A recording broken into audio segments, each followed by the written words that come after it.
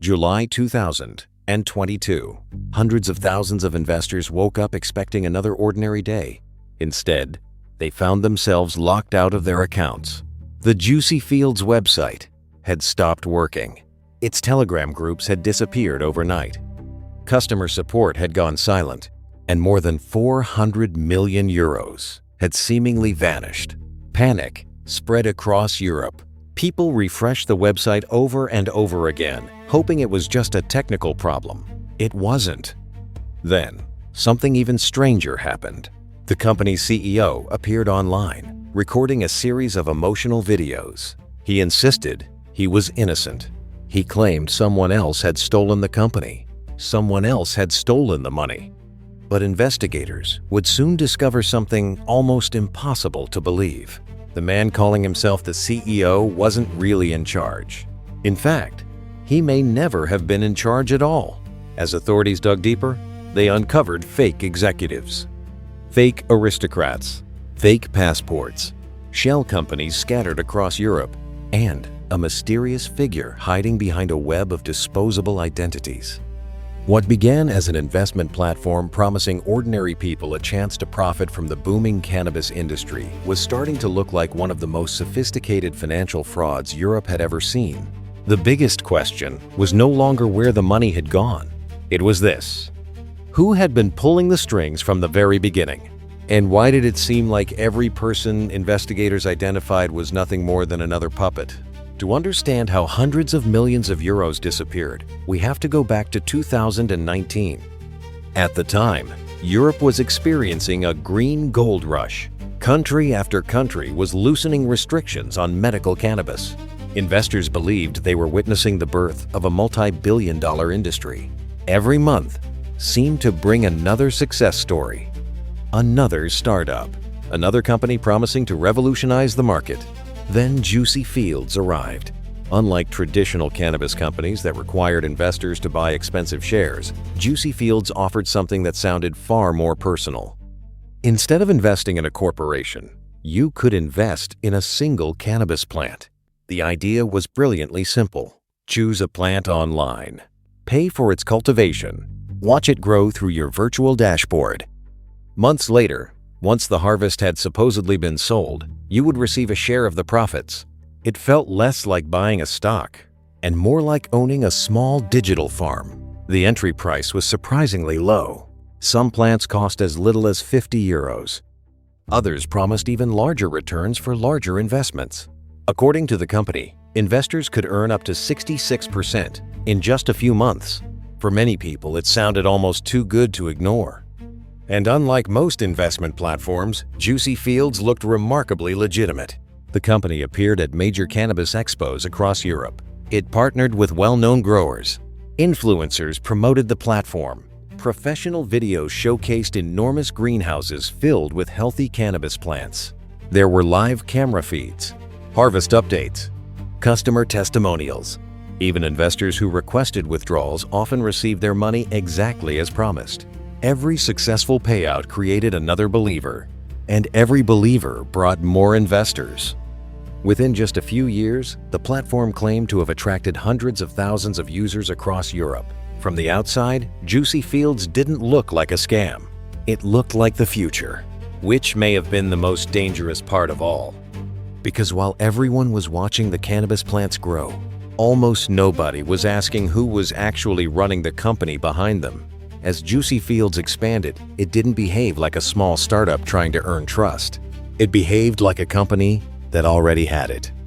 Its logo appeared at Europe's biggest cannabis expos. Huge booths, professional presentations, luxury parties. Everywhere investors looked, Juicy Fields seemed to be at the center of the industry's future. Online, the marketing was even more convincing. Popular YouTubers promoted the platform with affiliate links. Social media was flooded with success stories. Investors proudly shared screenshots of their payouts.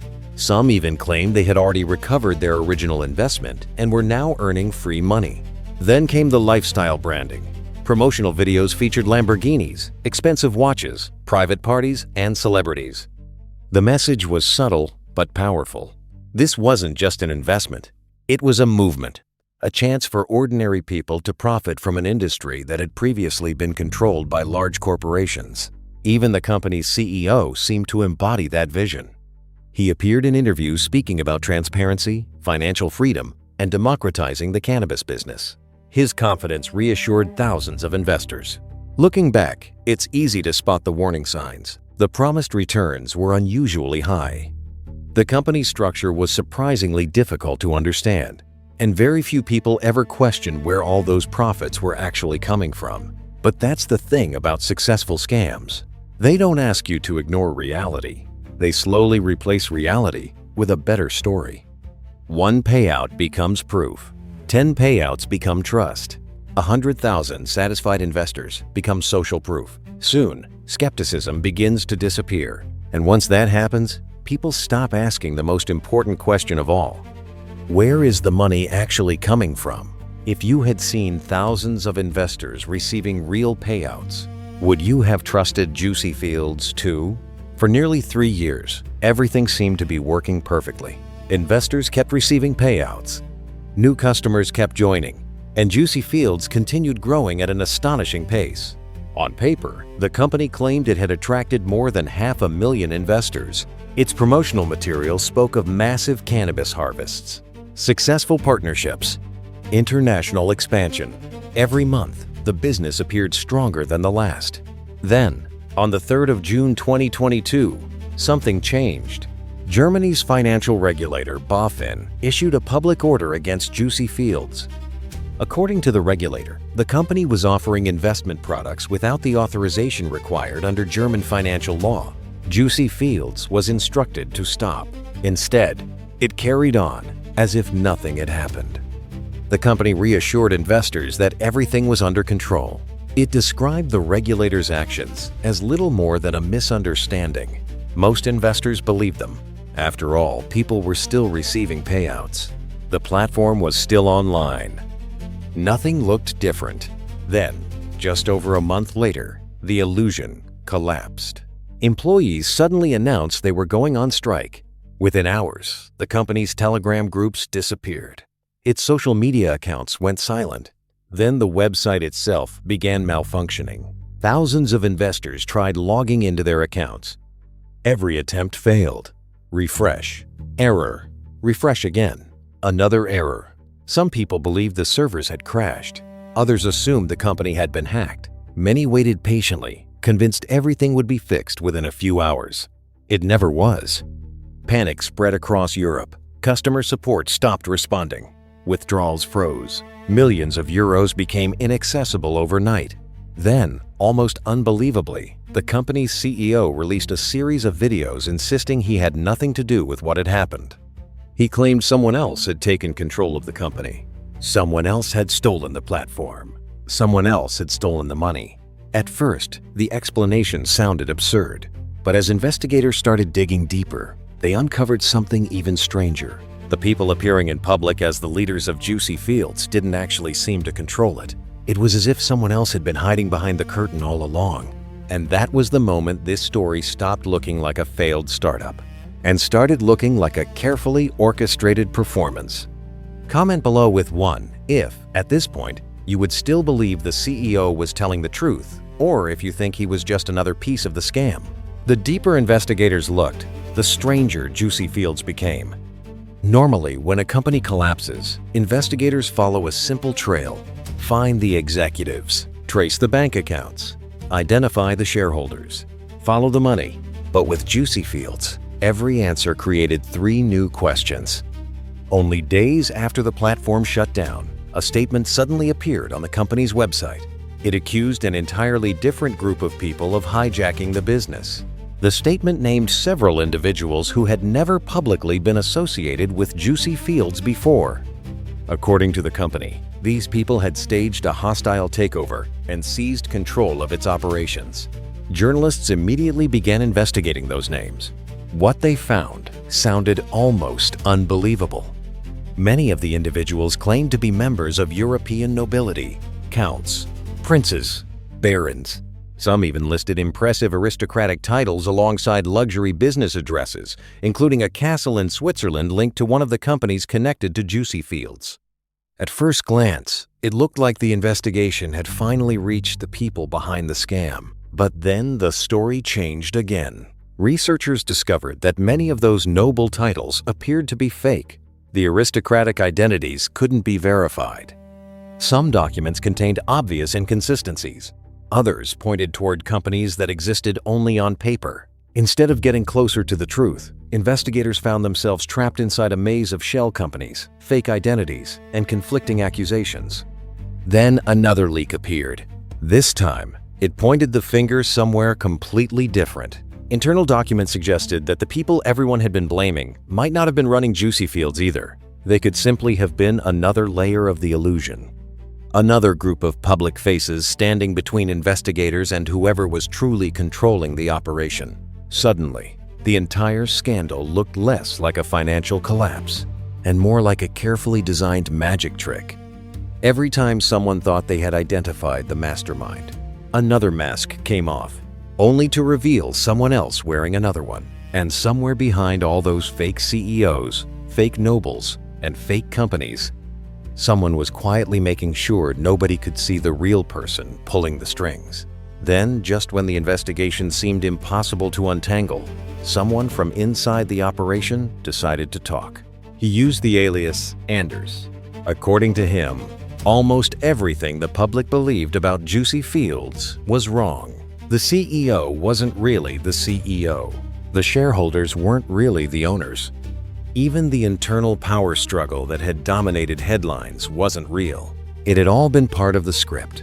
Anders claimed Juicy Fields had been built like a stage play. Every public figure had a role. The charismatic CEO gave interviews. The executives signed paperwork. The consultants attended conferences. The aristocrats attracted attention.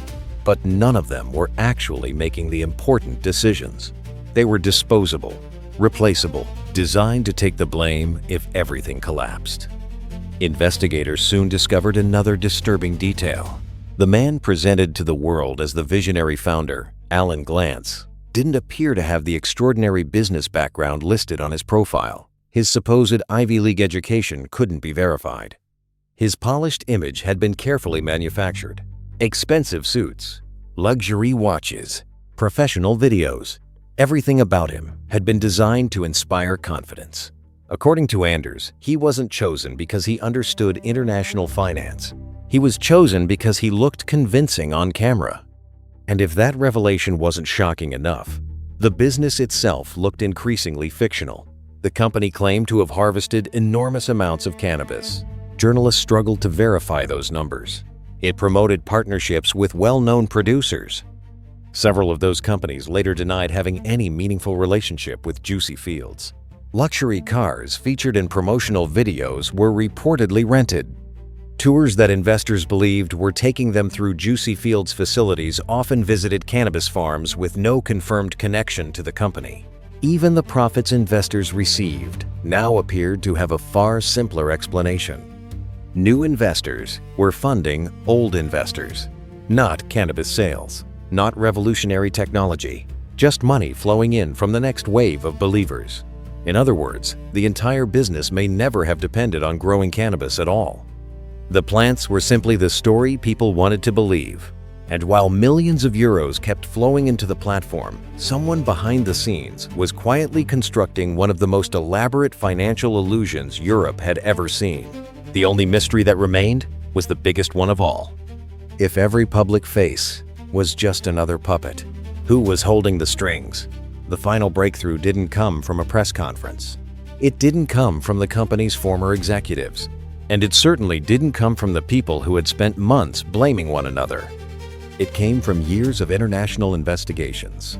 Journalists, financial crime specialists, and law enforcement agencies across Europe began comparing thousands of leaked documents, corporate records, banking transactions, and internal communications. Slowly, a different picture emerged. Behind the shell companies, behind the fake executives, behind the fake aristocrats, investigators believed there had always been one small inner circle controlling everything. At the center of that network was a Russian national later identified as Sergei Berezin, According to investigators, Berezin allegedly operated under multiple identities while directing a web of companies spread across several European countries. Money flowed through bank accounts in different jurisdictions. Ownership shifted between shell companies. Corporate records changed repeatedly. The complexity wasn't accidental. It made following the money almost impossible. Authorities now suspected that Juicy Fields had never been designed to become a long-term cannabis company. The cannabis story was simply the perfect cover. An industry that was new, complicated, fast-growing, and difficult for ordinary investors to verify. People believed they were funding cannabis farms. In reality, investigators suspect they were funding a financial machine built to move enormous amounts of money while hiding who controlled it. In 2024, after nearly 2 years of investigations, law enforcement agencies across 11 countries launched coordinated raids targeting people connected to the network. Hundreds of officers took part.